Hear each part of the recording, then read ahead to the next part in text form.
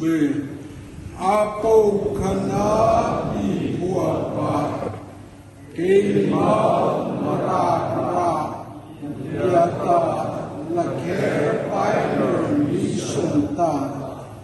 on nau pa apa do se Evangelical Church of Maranatha, Congregational Church of India, Apanhalpani Mata, Oshithonata Okomocho, Imako Chai He, Imaitako, Onalpa Apokanahe, Imre Jesu Krista Mata Mania Padua Tuba Ima Missionarina Kausi Atapavata Atana Nasina Nakari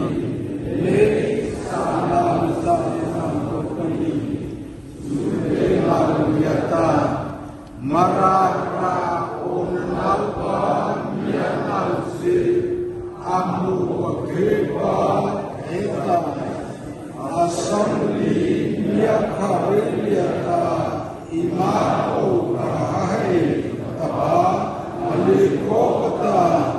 Onata Sotopanata Taba Patai Malta Imakua He Apo Kana Aliliata Imatu Bahe Apanya Tasu Sasa Ako Kana Karali Mako Panta Aruli Mokta Asa Pausari Mako Pata Jesu Krista Maka Biasa Imata